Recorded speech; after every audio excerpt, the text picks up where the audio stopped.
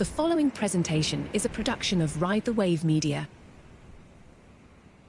Hey guys, it's Becks and not Blane here, Radio Daybreak, best podcast in Utah. Jen Banks, thanks so much for joining me and filling in for Blane this morning. Sure appreciate it. Yes, it's a pleasure to be here. I love Radio Daybreak, so it's a pleasure to be a guest host for a little bit. Yeah, we had so much fun. If you listened to our episode last week recording International Women's Day, we had a group of 6 amazing women on the show. And, I just kind of thought we should keep that rolling for the month of March. It's so much fun. Yes, that women energy and women power. It was. Blaine's going to return and be like, whoa, what happened to my spot? I didn't know that I was, going to officially lose that. He's not. He'll be back. But we do have a couple of announcements we want to make today. Jen, do you want to kick us off with the pop-up market? Yeah, so that'll be this Saturday, March 16th at Novel Daybreak. It'll be all day from 10 to 5. So come on over and see the booths that are set up. Awesome. Yes, we will be there. Radio Daybreak and Blane will be joining me at the pop-up. So come and look for us. Radio Daybreak will have our own little booth set up. And then also, we just wanted to remind you about the DBC, the Daybreak Business Community. Our networking event for the month of March is going to be at Biscott's, the hub. So if you want to join us, it's every Wednesday in the month of March at Biscott's, 1 to 2:30 p.m. Yes, and that's always a great time, authentic connections, and just, really getting to know our neighbors and see what people do in Daybreak and how we can help each other. Yeah, we are super excited. And then Jen, I feel like you as the guest host should intro the show. Okay, I'm happy to. So we had a group of 6 women on a panel and then 2 co-hosts, and we just talked about all things women. We just had a moment where we shared what was touching our hearts about International Women's Day and what was standing out to us. And my gosh, I don't even know what I'm talking about. No, this is great. And I actually wanted to say, you of all people, I know that this topic is near and dear to your heart because your podcast is kind of surrounded by this, right? Like this is what you do. Very true. Yes, I am really passionate about helping moms maintain their identity alongside motherhood. And so I'm in the thick of it with kiddos 5, 3, and 1, but I truly believe that we can nurture our passions as we nurture our children. I love that. Well, without further ado, let's listen to our full episode of the International Women's Day panel. Yes, and also virtual for the first time ever on Radio Daybreak. That is correct. Virtual for the first time on Radio Daybreak. So excited. All right. So we've got an awesome show today. We are super excited. So Becks Nielsen here with Becks Nielsen Real Estate and Radio Daybreak. And we've got our co-host, Jen. And I'm from A's for Adversity, going through a rebrand, but that's what it is right now. Yeah, thanks for joining us. And we have an awesome panel for International Women's Day. Just some amazing women in studio today. So thank you all for joining us. Of course. Thank you. Thanks. Yeah, we're excited. So we're going to just go down the list here and kind of, if you don't mind, just introducing yourself, tell us a couple things about you and just kind of get to know you. I'm Sarah Zarol. I'm the founder of Made Mindful, which has resources for birth and motherhood for anybody who is on their first time journey or is just needing more assistance. I'm a birth doula and have really enjoyed being able to help people start their motherhood journeys. Awesome. Thank you, Sarah. Hi, I'm JC. I have an Instagram account called Life a Sister where it's 2 sisters kind of just being insane and crazy, showing our crazy life with our 8 children between the 2 of us. Oh, wow. I have 3 girls and 1 boy, and we show all things fashion, all things crazy, cooking, food, pretty much just the day in the life of a sister. How awesome. Thanks for joining us today, JC. Hi, I'm Michelle. I have 7 kids. I kept on having kids until I found one I like. I really like my last one. Yep, I'm going to keep her ages 38 down to 18. I'm a life coach, relationship coach, trauma coach. I've been doing it for 18 years, and I have my certificate through Stanford. I take you from where you are now, and let's move you forward. Wow. Thank you for having us. I'm excited to get to know everyone. Yeah, thanks for coming. Hi, I'm Amber Bennett. I am currently in the thick of motherhood, but I did have a very colorful life before motherhood, so I'm excited to share with you guys by way of Los Angeles and working in the film industry with set design and costume design. Wow, awesome. Thanks, Amber.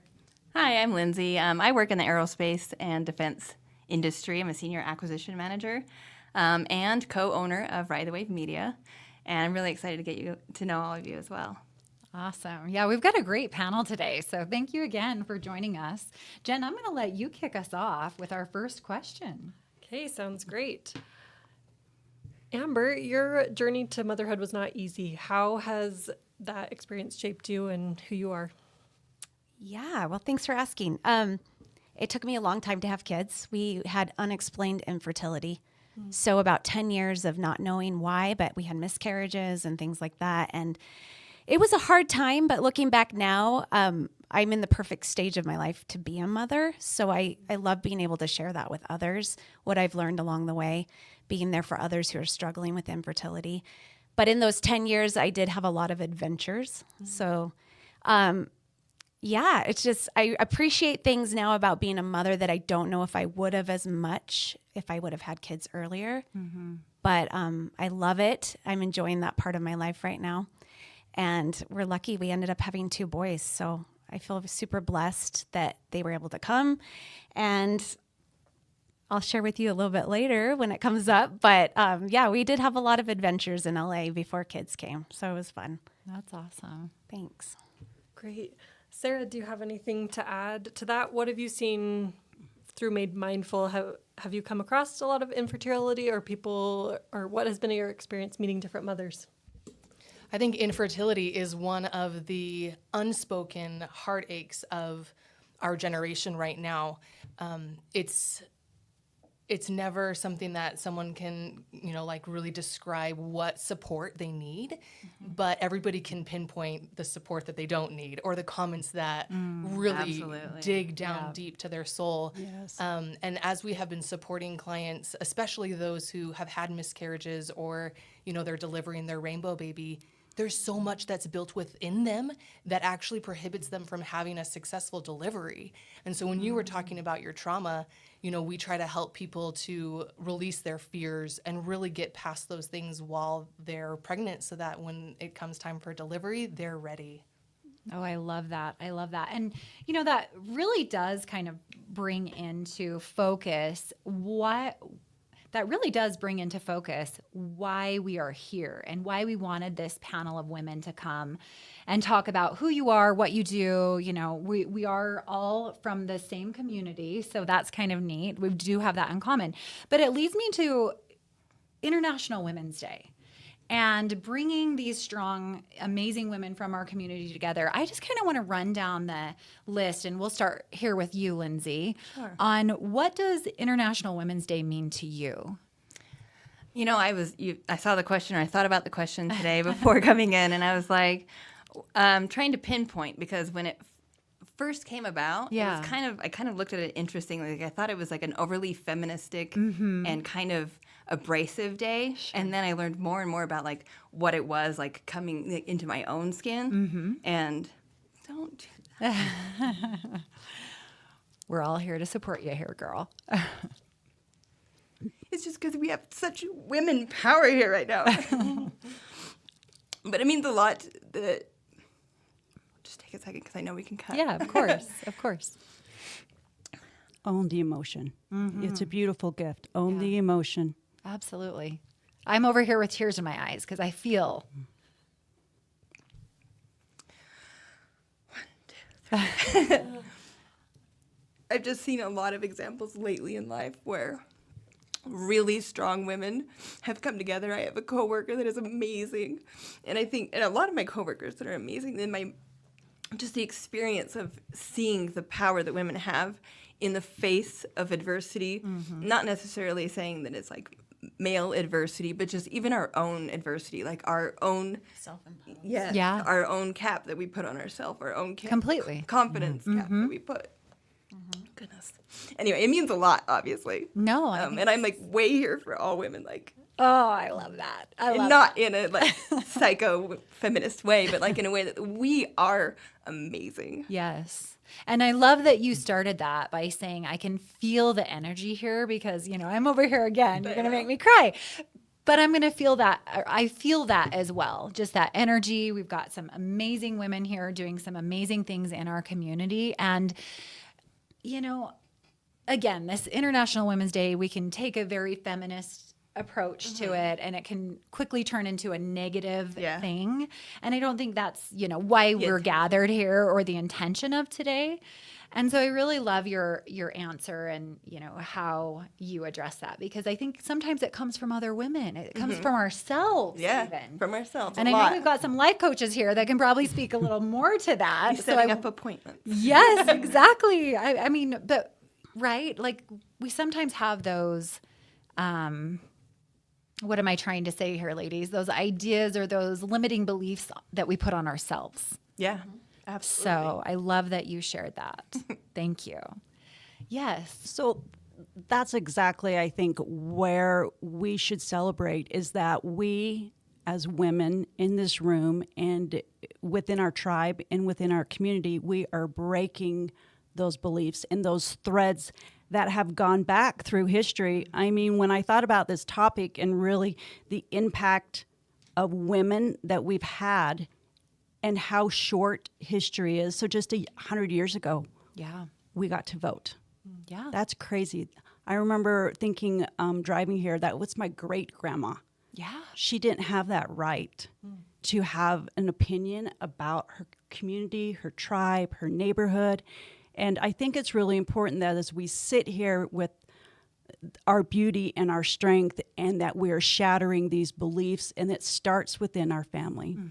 And then it starts within our community, and then it moves out.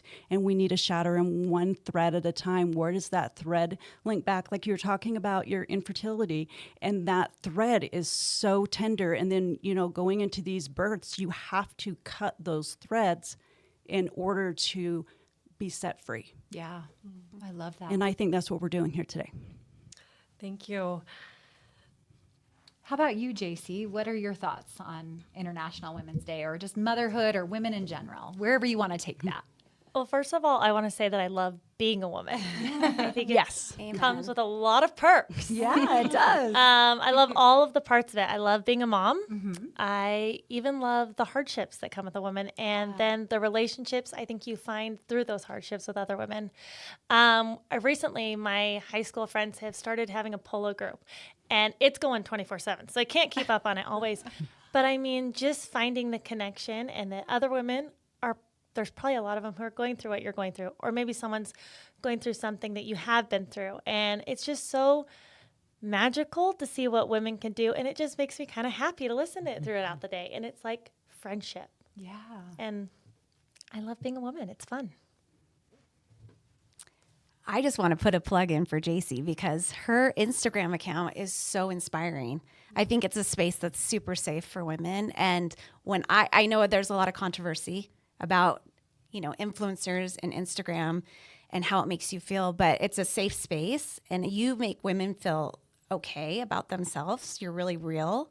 So I just wanted to put a plug in for you on that. Oh, I love that. And I'm going to bounce it back and ask, have you received pushback with your Instagram and like being a strong female, you know, face in the community? She's over here smiling. Yeah, it's coming.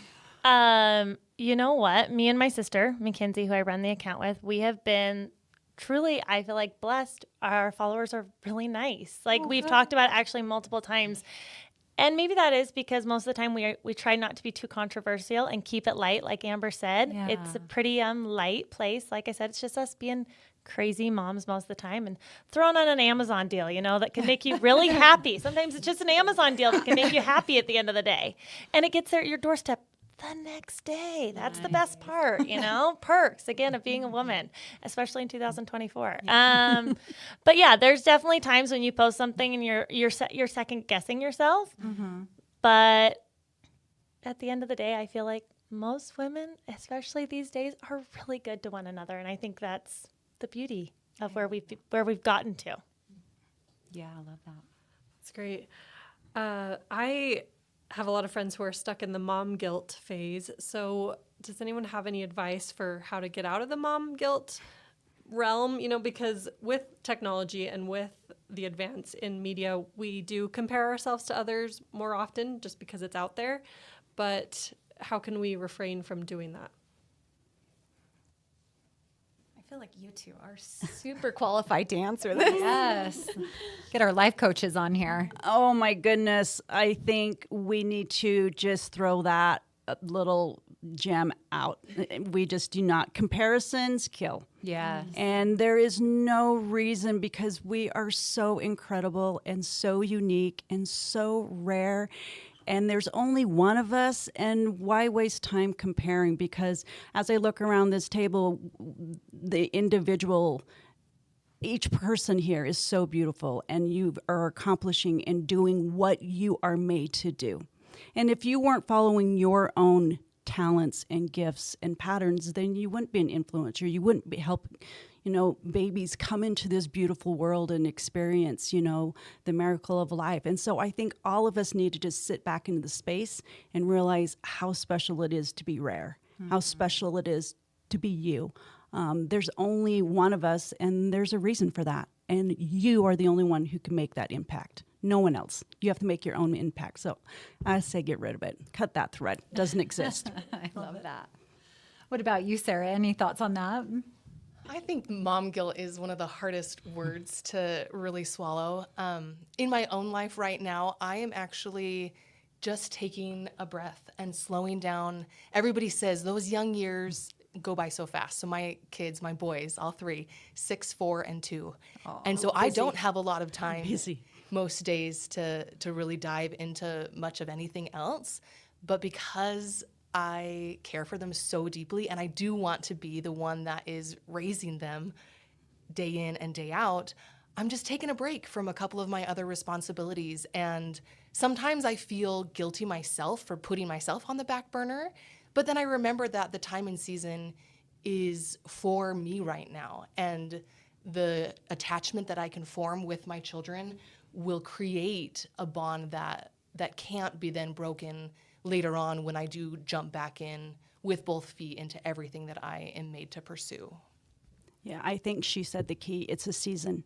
And we have to respect the season that we're in and not be so hard on ourselves. If you're a young mom, your responsibility is those little ones. If you're in a season like me and my children are gone and now wisdom and experience are colliding, and they call it a midlife crisis, I don't think it's a midlife crisis. I just think it's this beautiful explosion of this past when I was a young mom to raising kids to now an empty nester. I think when you have that, that experience and that wisdom is this beautiful gift, but you need to sit in each season because it's so short. You get 12 summers, before they leave.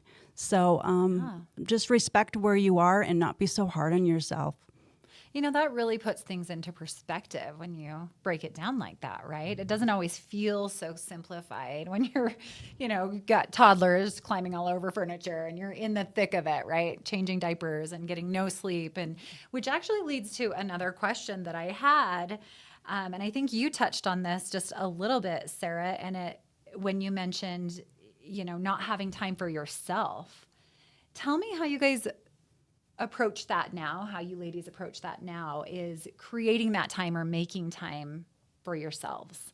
And, Jen, you hit the nail on the head when you're like, sometimes we feel like that's selfish, that ugly, nasty term, or the mom guilt associated with that. So do any of you want to take on that question? Any thoughts, Jen?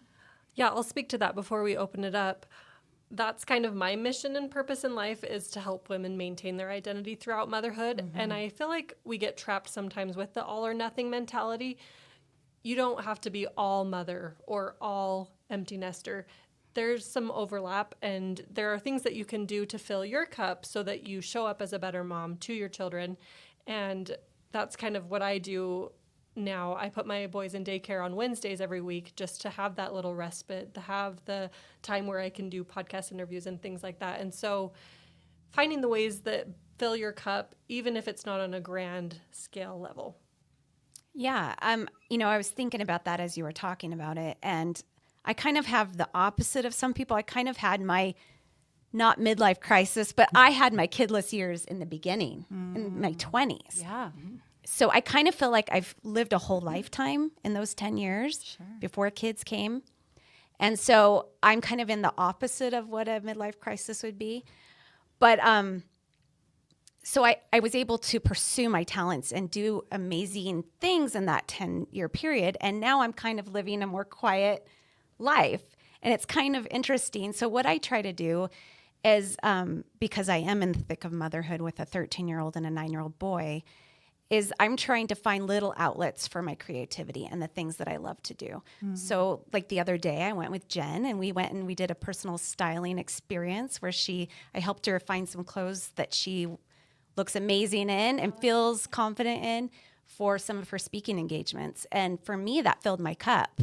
And I know she probably thought I was helping her, but it helped me because it filled my cup. I was able to release those things that I'm not able to usually exercise at this stage in my life, like we talked about. But little things like that do fill my cup. So Yeah, it's that's nice.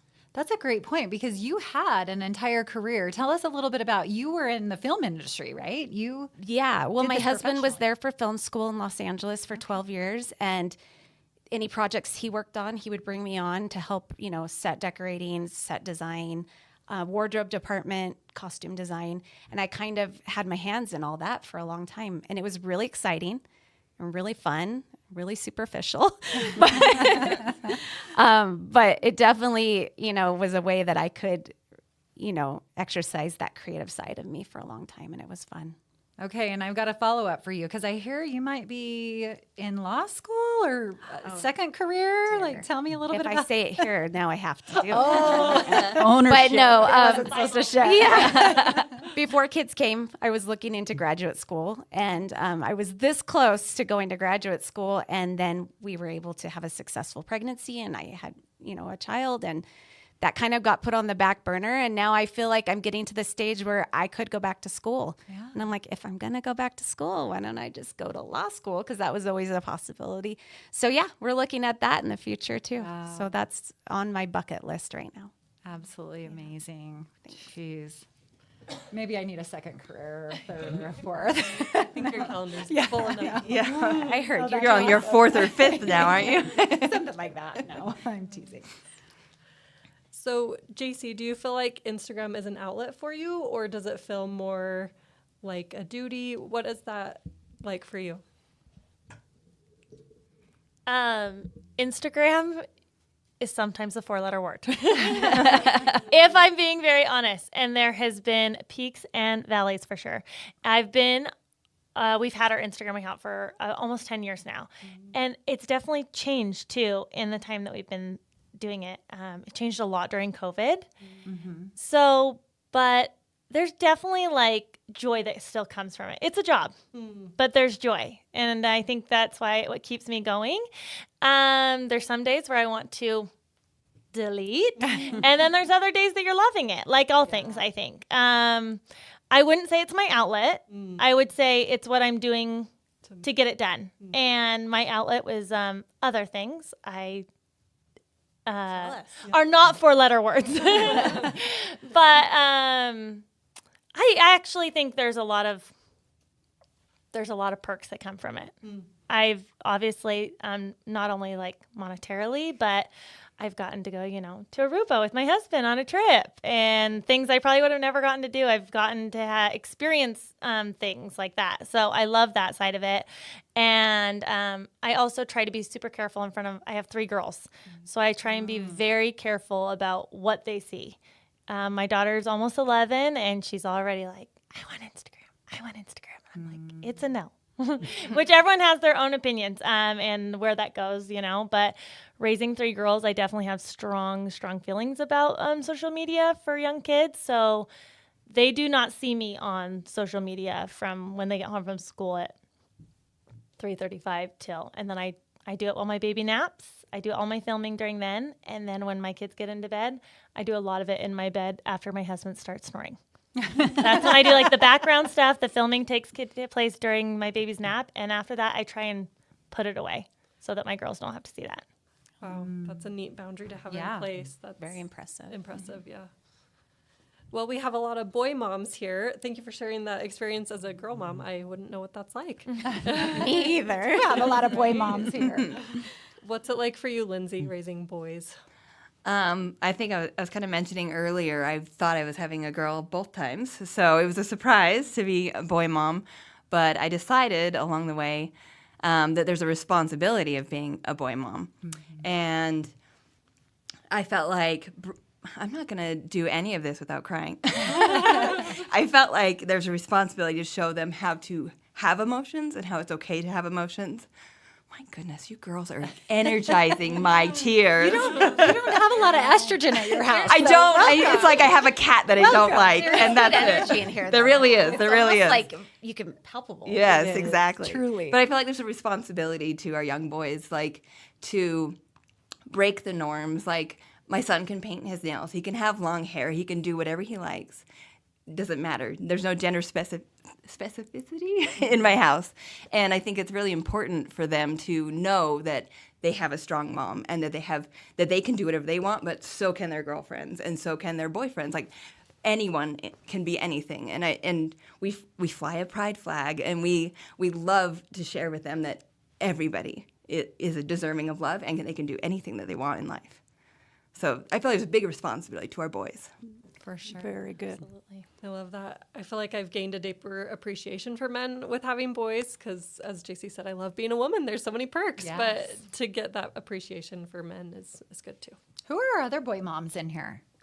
Okay. I have a mix. I have a mix as well. Yeah. So, and I think such a great point how we have to teach our young men. One of the things that we did, because I have 7 kids, but my story is 2 of them were natural, and 5 of them are adopted, and they all came at different ages and different stages. And then I've experienced miscarriages too. I had 6 of them, and then I wasn't able to get pregnant. So it was kind of funny. He's like, well, we'll give you 5 more.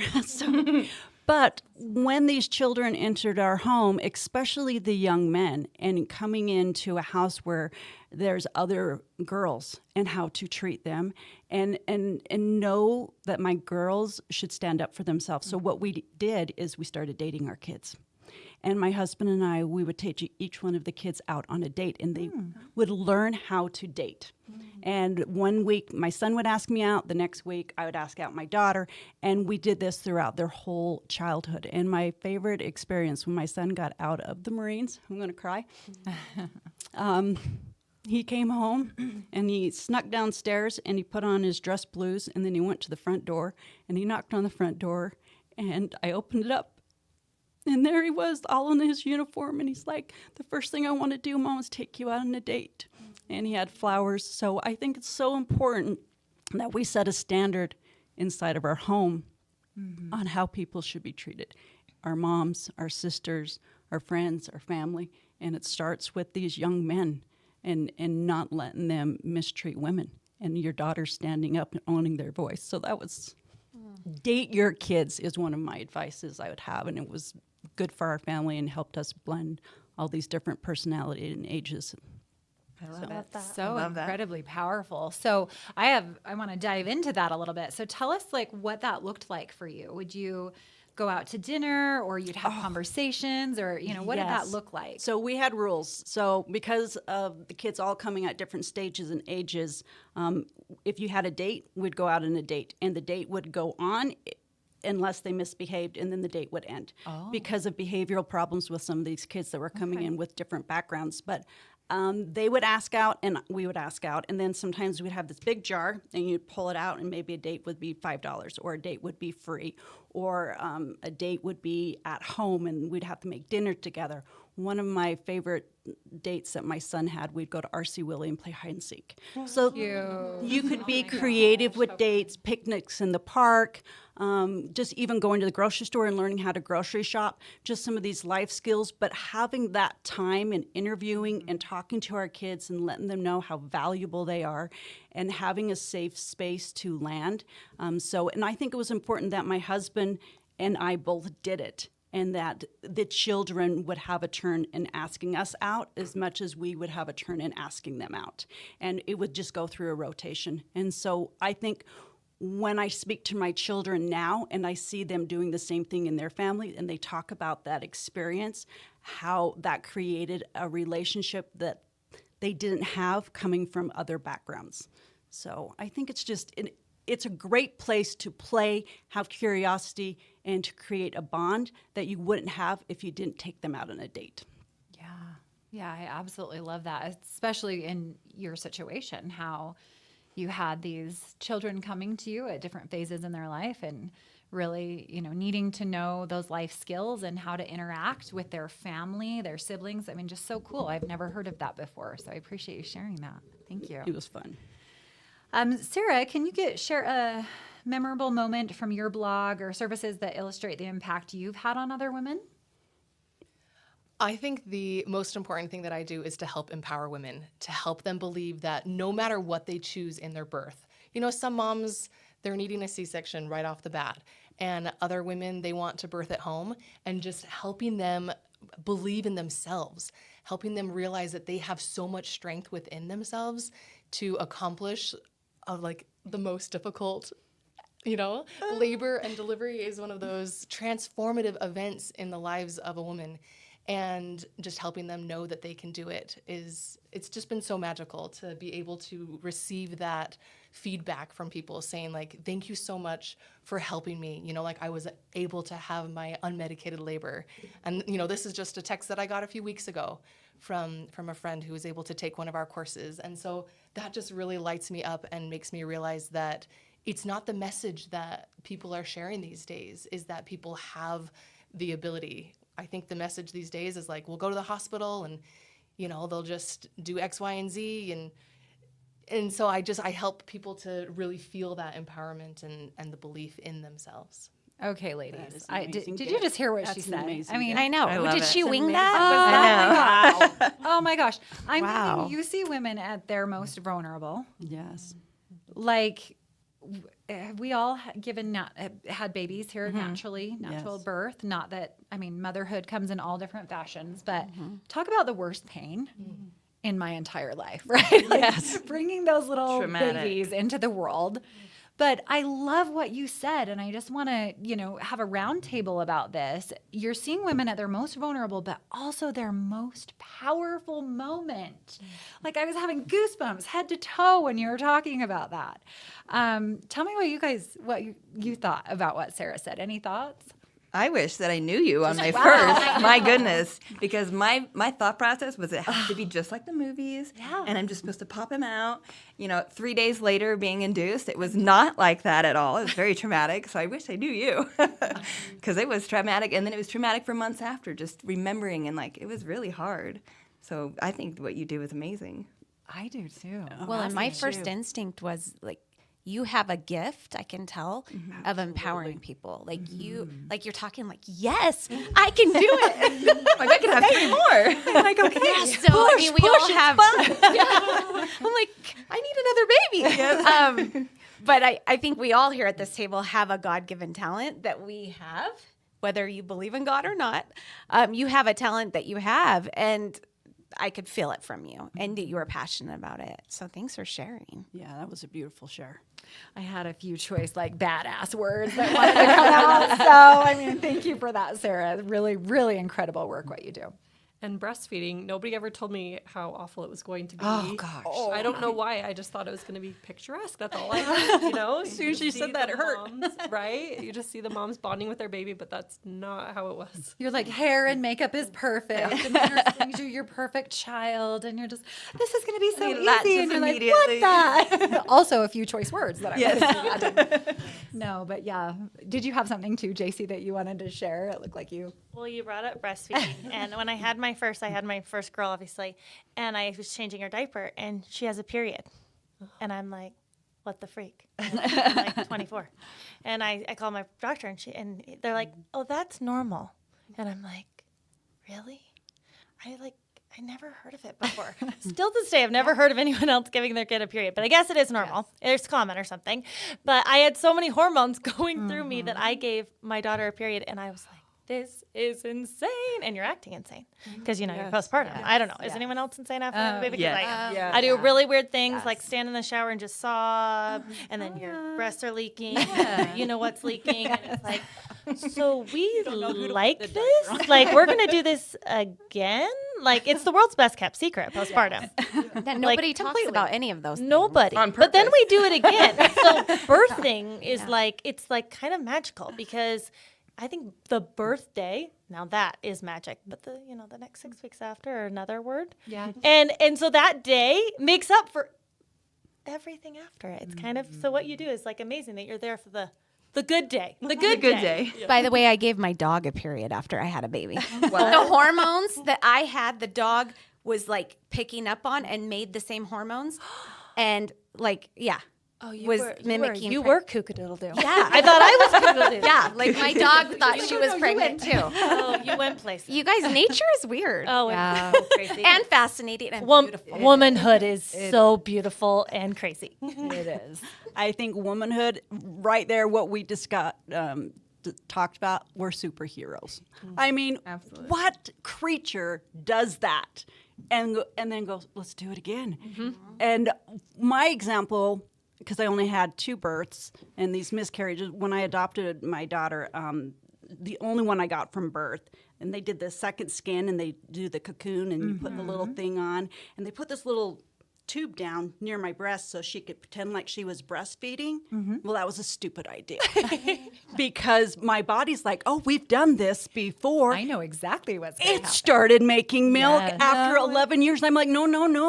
That was closed. That's why I adopted. It's broken. And so being a woman is incredible. What our bodies do, how it can stretch and then just go bounce back, within time. But make dogs have periods, make our daughters have periods, make milk come after 11 years. I mean, if that's not a superhero, I don't know what is. Girls, holy cow. Where's our cape? Right? We don't even need a cape. We don't need a cape. Maybe a tiara. We just need a hot shower.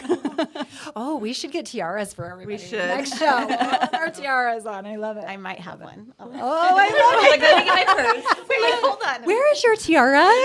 Why do we not have that on? This does not look like one. Well, I just want to open it up. Are there any questions that we did not ask, or a message that you want to share, or a powerful quote, or something that you just wanted to share with our listeners today? And we'll just kind of go down the list here. Or does anybody have one right off they want to start with? I can share real quick. Yeah. I was just thinking, when the topic was International Women's Day, I feel like sometimes I take that for granted. I grew up in a household where literally from birth, I felt like I could conquer the world. Like I thought I can run for president and I will win. I never felt like there was anything wrong with being a woman. I wasn't made to feel that way. So I was really fortunate and lucky that I had that environment to grow in and develop in. So for me, this is a topic that I have to think about now.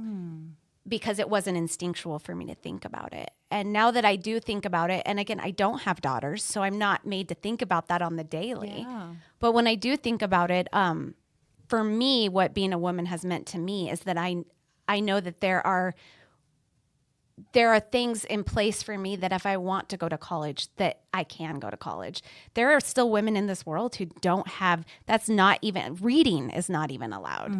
So I do take that for granted, and I do have to consciously think about what does being a woman mean in the world, not just in my bubble. So I hope and I pray that women will all be able to feel that way at some point. But I feel very fortunate that I did feel that way growing up. So that's a great point, right? Yeah. Because we do live in a very blessed place. We're here in Daybreak, South Jordan, Utah. we have a lot at our fingertips. I mean, I'm in real estate. We weren't even allowed to own homes, right? Land, anything. Yeah. You mentioned somebody, I think it was you, Michelle, you mentioned earlier the right to vote. 100 years. I went and did a humanitarian trip to Haiti, and I forget, right? We forget when we're in this environment, they don't have birth control there, and your average life expectancy in this world is 40. 40. They have no aid, no health care, no birth control. Like their orphanages are just full of babies that are abandoned. So I love that you bring that to our attention, because we are pretty blessed where we're at. We are. And we can't forget, though, that there are women who still feel that way in our environment, in our bubble. True. Absolutely. So there are still women who do feel Here. that way. But yeah, but in general, yes, we are blessed. We are lucky. Yeah. Yeah. Any other thoughts? I just kind of want to go down our panel here. I love that she said that. I grew up in the same environment where I feel like I could just conquer the world. I think that is such a blessing. But I think of my kids. One of my daughters is from Ethiopia, and she was born there and came over here. And I think about her history, her family, her situation, her hardship just to get to America, and how it is not given everywhere. And we need to be mindful of the seat and the table that we're sitting at in this place, Daybreak, the United States, Utah. It is a very beautiful table, but we need to be mindful of women all over the world. We have a program that my daughter and I have set up in Ethiopia, and because the women there don't have what we have, and that is sad in 2024, that there's still women just suffering, and it's across. And so I think we need to be mindful and be aware of what table we're sitting at. That's really, really powerful. And I would love to get that information, and we'll share that on our socials too. When this podcast goes out, we'll be sure to link that at the bottom of our socials. Thank you. JC, did you have something as well? I'd like to say ditto. Yeah. Drop the mic. I because know. what they're saying. Me and Amber kind of talked about it before we got here, and it was kind of like, oh, this is kind of hard, because like what Amber said, we have grown up in this kind of fairy tale, little bubble, like she said. So, but I think it's so important that we do remember that our bubble is so small compared. I mean, we talk about overseas, but there's even, like you said, people here in the U.S. are definitely limited for being a woman. I know my cousin who's adopted 2 kids, who this woman is, right here in America. You didn't even have to go to Haiti or Ethiopia. There's people here struggling, and I just so happy to be reminded of that by you wonderful women. And I'm thankful to be here and have had me here. So thank you. Yeah, thank you. We appreciate all the messages that you've shared so thus far. Sarah, any thoughts? One of the quotes that I wanted to share today was from Oprah, and she said, "A queen is not afraid to fail. Failure is another stepping stone to greatness." And just remembering that no one has arrived at the greatness. It's all a journey that we take one step at a time each day, lifting each other, helping each other, supporting each other as women, and honoring each other as the queens we are. Oh, I love that. Absolutely love that. Gotta love that Oprah. I mean, I don't know if you could top that one. I know, right? Well, you're next, Lindsay. Yeah. So. Well, I don't have a quote, but I did think a lot about like the strong women like Oprah, Barbara Walters, like a lot of the women that just forged the path. Yeah. And I'm always inspired by them. And you think about their stories, and a lot of what they've done is they've done it themselves. They've challenged and stepped above their own limits, and I think that's really inspirational. Pushed through that. Yeah. Yeah. In spite of anything that anyone told them they couldn't do. You can't do this because you're a different color. You can't do this because you're a female. They were like, yes, I can. And they did, and that's very inspirational. Yeah, I love that too. One of my favorite mottos and kind of thoughts along those lines is empowered women empower women. And it really, as we're going down the panel and we're listening to that, I'm like, yes, yes, yes, yes. And doesn't it just kind of fill you with this, we talked about the energy here and how palpable it is, right? And it's hard not to be overwhelmed with emotion, but it makes me want to do even greater things. To take this conversation. I mean, you're birthing babies, you worked in LA and life coaches, and Lindsay, I can't even pronounce like what your career is because you're just so freaking awesome, like what you do. And Jen, of course, with your voice and podcasting, and JC too. Like, I need to figure out how to get as many followers as you, for one. But, it's just a powerful group of women, and the things that we can do when we're helping each other, I guess, is the point that I wanted to bring home. Jen, what did you have? Well, I've been thinking a lot about energy and just the energy that we bring to each situation, and thinking about this energy in the room. If we could bring that energy to motherhood, to the world, that's the kind of energy that will lift others, that will empower us to do what we're called to do or to help our children. I feel like we need more of that energy. So the more that we can celebrate women, the more that we can encourage each other, that will keep that energy moving forward. Yeah, I love that. Beautiful. Any final last thoughts from anybody? Yeah. I think what I sense is there's this beautiful, quiet confidence. And I think that's such a gift that each one of you have. And because once you sit in that space, I think that's when we don't budge on our boundaries, which is just a fancy word for our values. And if we stand to those values in that quiet confidence, we become better mothers, sisters, communities. And just around here, this is such a beautiful table, but this quiet confidence, it's not boastful, it's not ego, it's just sitting in your talents and your gifts, and you guys are remarkable, and I feel privileged to be here. Thank you. Oh, thanks, Michelle. Yeah, Amber. I'm not going to say who it was because that might sway some people's opinions, but I heard a quote, and I'm going to paraphrase it because I don't remember it, but it was basically, you cannot sit and listen to someone's story and get to know them and hate that person. Mm-hmm. You can't sit across from them and look them in the eye, hear their story, and then hate that person. And I just thought, that's so true. Like, us as women, when we get to know each other, when we spend time with each other, when we hear your story, when we hear your history, when we hear where you've been and what you've been through, you can't help but love that person. Mm-hmm. And I think that's what we're experiencing here as well, is that we're hearing each other's stories.